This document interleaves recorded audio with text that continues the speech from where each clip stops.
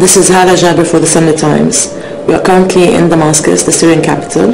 We are about to meet with President Bashar al-Assad, who's given us his first official interview to discuss the current situation following his country's suspension from the Arab League last week, and also discuss the future of Syria, given that now it's totally isolated from both the Arab and the Western world. Ready. Mr. President, do you think or believe that the security officer in the army's reaction to protesters has been harsh and over-aggressive at times? Saying harsh or aggressive is a subjective term.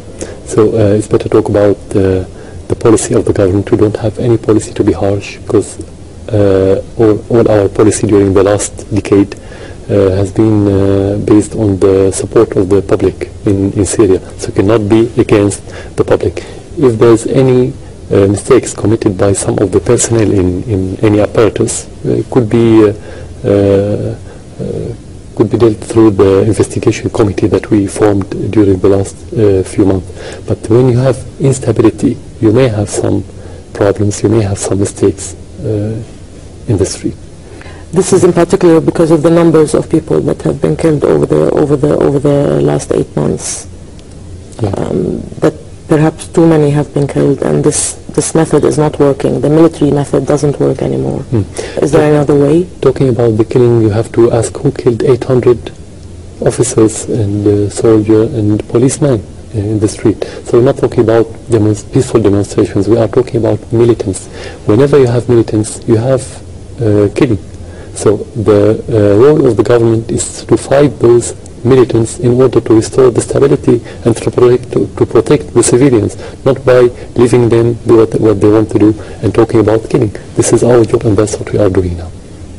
As a father, as a citizen, how do you feel when you see Syrians being killed or dying in the country?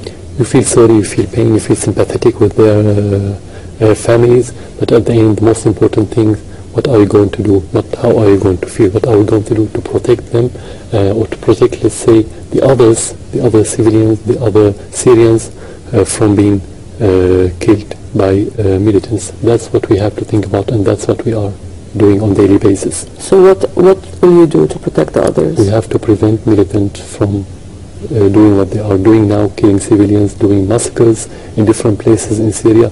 We have to stop smuggling armaments from outside Syria, from the borders of the neighboring countries. We have to stop having the money coming to support those militants again across the borders. That's what we have to do. And how far will you go to save your country? If saving your country meant for you to resign from president or to give up the presidency, would you go that far? I have no limit to do anything to serve the country. I'm here to serve the country. My country is not here to serve me. So it's not about me, it's about Syria. The problem is not about the president now, it's about the stability of Syria, and it's about the unity of Syria. How can we keep Syria unified?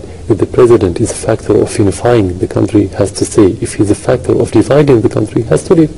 President or any other one. So this is the principle. But it's not so far, it's about the unity of Syria, it's about the international intervention. Most of the Syrians are unified, and what's happening now is because of a minority of militants that's been killing Syrians on a daily basis. But there's a sector of the community that is saying that you know, they are against you as a president or the regime, you as a president plus the regime. That sector, even if it's a minority, exists. So do they not have a right to say? Well, they have the right, but through the elections.